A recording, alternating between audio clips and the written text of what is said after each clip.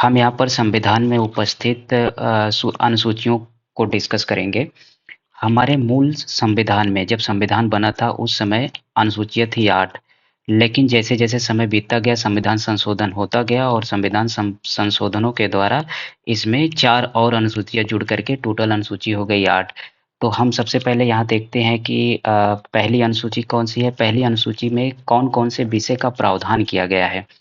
तो प्रथम अनुसूची में राज्यों के नाम और उनके न्यायिक क्षेत्र, संघ राज्यों के नाम और उनकी सीमाएँ, और ये है आर्टिकल मतलब अनुच्छेद 1 से 4 के बीच में।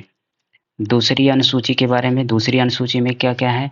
दूसरी अनुसूची में जो संवैधानिक पद पर उपस्थित लोग हैं, उनकी उनका वेतन भत्ता कितना मिलेगा उनको, उनका विशेषाधिकार मतलब उनका जो मेडिकल ट्रीटमेंट है, उनके रहने का खर्च है, उनके गाड़ियों, फ़ोन कॉल आदि इन सब का खर्च खर्च कितना होता है, ये सब प्रावधान किया गया है। जैसे हैं भारत के राष्ट्रपति हो गए, राज्यों के राज्यपाल हो गए, लोकसभा के अध्यक्ष, उपाध्यक्ष, राज्यसभा के सभापति और उपसभापति, राज्य विधानसभाओं के अध्यक्ष, उपाध्यक्ष, राज्य विधान परिषदों के सभापति, उपसभापति, सर्वोच्च न्यायालय मतलब सुप्रीम कोर्ट और हाई कोर्ट के न्यायाधीश और भारत के नियंत्रक महालेखा परीक्षक। इतने लोगों में कितना वेतन दिया जाएगा इनको और कितना वेतन भत्ता दिया जाएगा, ये सब बातों का प्रावधान किया गया है। तीसरी अनुसूची विभिन्न उम्मीदवारों द्वारा ली जाने वाली जो शपथ है, मतलब जो उम्मीदवार चुन करके आते हैं और उन्हें जो संवैधानिक शपथ दी जाती है, उसके बारे में हम बात करते हैं। तीसरी अनुसूची में उनके बारे में प्रावधान किया गया है। तो जैसे संघ के कितने जितने मंत्री होंगे, संसद के लिए निर्वाचन हेतु जितने अभ्यर्थी होंगे, संसद के जितने सदस्य होंगे, सर्वोच्च न्यायालय के न्यायाधीश होंगे, भारत के नियंत्रक और महालेखा परीक्षक, राज्य मंत्री, राज्य विधानमंडल के लिए निर्वाचन के लिए जो अभ्यर्थी हैं, राज्य विधानमंडल के लिए सदस्य हैं, उच्च न्यायालय में जो न्यायाधीश हैं, इन सब का जो शपथ है उसके बारे में तीसरी अनुसूची में बताया गया है। चौथी अनुसूची बात करते हैं चौथी अनुसूची की, तो चौथी अनुसूची में राज्यों और केंद्र शासित प्रदेशों के लिए राज्यसभा में सीटों का आवंटन मतलब कितने राज्य को कितने राज्यसभा में सीटें आवंटित की जाएगी, इसके बारे में चौथी अनुसूची में बताया गया है।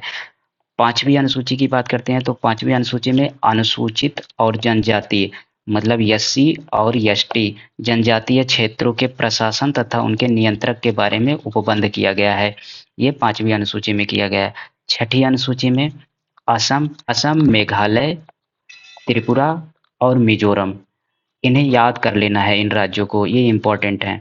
तो छठी अनुसूची में कौन-कौन से राज्य हैं? असम है, मेघालय है, त्रिपुरा है और मिजोरम। यहाँ पर जो जनजाति हैं, उनके प्रशासन कैसे किया जाएगा और उनका प्रशासन में उनका कैसा उपबंध, उसके बारे में प्रावधान किया गया है। सातवीं अनुसूची, तो सातवीं अनुसूची में विषय को डिवाइड किया गया है कि मतलब किस विषय में राज्य अपना कानून बना सकता है और किस विषय पर सेंट्रल गवर्नमेंट अपना कानून बना सकती है। तो जैसे संघ सूची, तो संघ सूची में जब संविधान बना था उस समय जब संविधान था तो उस समय 97 विषय थे, लेकिन अभी बढ़ करके कितने विषय हो गए हैं? 100।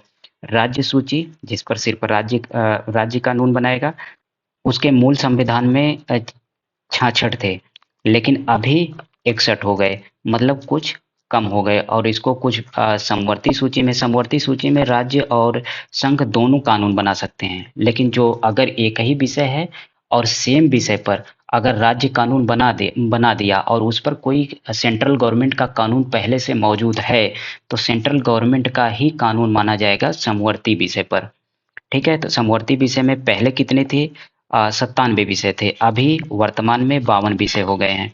अब बात करते हैं आठवीं अनुसूची की। आठवीं अनुसूची में मान्यता प्राप्त भाषाएं हैं, मतलब आठवीं अनुसूची में भारत में कितनी भाषाओं को संविधान के द्वारा मान्यता दी गई है। तो जब संविधान बना था उस समय 14 भाषा थी, अभी कितनी भाषा हो गई? 22 भाषा हो गई। इनमें भाषाओं का जो क्रम है और कब कब संविधान संशोधन द्वारा जोड़ा गया है, उसको हम देख लेते हैं। सबसे पहले एक विषय को जोड़ा गया, एक भाषा को जोड़ा गया, और वो भाषा कौन सी थी? सिंधी। सिंधी को जोड़ा में 21वां संविधान संशोधन के द्वारा सिंधी भाषा को जोड़ा गया। फिर जोड़ा गया 3 विषय को, किसको किसको? 3 भाषा को, कोंकणी, मणिपुरी और नेपाली को। इसे 1992 में 71वां संविधान संशोधन द्वारा जोड़ा गया। फिर 4 और भाषा को जोड़ा गया, किसको? बोडो, डोंगरी, मैथिली, संथाली। इसे 2003 में 92वां संविधान संशोधन द्वारा जोड़ा गया। ये बहुत इंपॉर्टेंट है। एक और संशोधन किया गया जिसमें उड़िया का नाम बदल करके 2011 में ओडिशा कर दिया गया है। मतलब उड़िया विषय जो भाषा थी उसका नाम अब उड़िया बोला जाता है। 9वीं अनुसूची, 9वीं अनुसूची सबसे इम्पोर्टेंट है। 9वीं अनुसूची कैसे इसको जोड़ा गया और इसका जो प्रावधान है वो सबसे इम्पोर्टेंट है 9वीं अनुसूची में। तो जब 1951 की बात करें, सबसे पहला जब संविधान संशोधन हुआ तो भू सुधार हुआ, मतलब भूमियों के बारे में प्रावधान किया गया कि कैसे जो जिनके पास भूमि नहीं है उन्हें जमींदारों से भूमि दी जा रही थी, जो भूमिहीन लोग थे। तो ऐसे में सभी जमींदार रिवोल्ट कर दिए, मतलब विरोध कर दिए। तो उस समय एक ऐसा अनुसूची बनाई गई कि जिसमें कहा गया कि, और उस समय जो जमीन की बात थी तो जमीन मूल अधिकार में डाला गया था। तो मूल अधिकारों का जो उल्लंघन कर रहा था, तो इससे क्या हुआ कि मूल अधिकारों के उल्लंघन के लिए जितने जमींदार थे वो कोर्ट पहुंच गए। जो कोर्ट पहुंच गए तो फिर ऐसा एक अनुसूची डाला गया और 9वीं अनुसूची बनाई गई जिसमें बताया गया कि इसको हम इस कोर्ट से परे रखते हैं। मतलब 9वीं अनुसूची में जिस जिस विषय को डाल दिया जाएगा वो विषय सुप्रीम कोर्ट में वाद्य योग्य नहीं होगा। मतलब उसमें सुप्रीम कोर्ट में उसके बारे में बहस नहीं की जाएगी। ऐसे कितने विषय थे? पहले 13 विषय थे, लेकिन वर्तमान में 282 विषय हो गए। लेकिन 2007 में सुप्रीम कोर्ट ने कह दिया कि 24 अप्रैल 1975 के बाद जितने भी कानून हैं उनकी न्यायिक समीक्षा की जाएगी। ये सुप्रीम कोर्ट ने बोल दिया। अब 10वीं अनुसूची की बात करते हैं।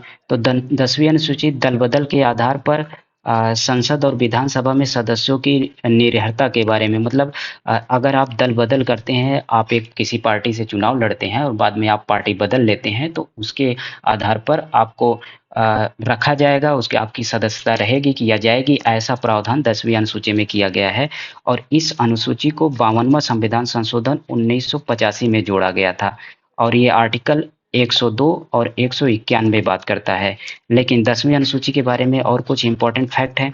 ये तो पता है कि 52वें संविधान संशोधन 1985 द्वारा 10वीं अनुसूची को जोड़ा गया, लेकिन 91वें संविधान संशोधन 2003 में एक और संशोधन हुआ जिसमें दल बदल पर कुछ रोक लगाई गई। क्या रोक? केंद्र और राज्यों के मंत्रिपरिषद के आकार को सीमित किया गया।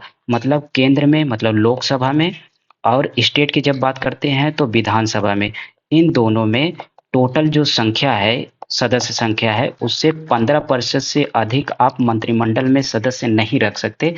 ऐसा 91वां संविधान संशोधन 2003 में 10वीं अनुसूची में कहा गया।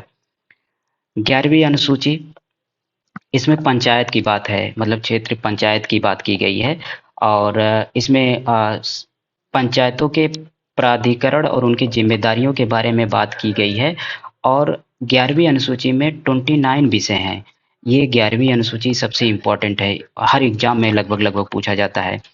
और 11वीं अनुसूची किस संविधान संशोधन द्वारा जोड़ा गया है? या 73वें संविधान संशोधन 1992 द्वारा जोड़ा गया है और ये भाग 9 में सम्मिलित किया गया है। और आर्टिकल कौन सा है? 243(6). बात करते हैं 12वीं अनुसूची। 12वीं अनुसूची नगर पालिकाओं के बारे में, उनकी शक्तियां और उनके प्राधिकार, उनकी क्या क्या जिम्मेदारियां हैं, उनके बारे में बात करता है। और 12वीं अनुसूची में विषय कितने हैं? 18 विषय हैं। देखिए 11वीं अनुसूची में 29 विषय हैं, लेकिन 12वीं अनुसूची में बात करते हैं तो 12वीं अनुसूची में 18 विषय हैं। ये भाग 9 खा, मतलब 11वीं अनुसूची 9 में और 12वीं अनुसूची 9 खा में, और ये आर्टिकल 243 बा में 12वीं अनुसूची को रखा गया है। और ये संविधान के 74वें संविधान संशोधन द्वारा 1992 में जोड़ा गया है।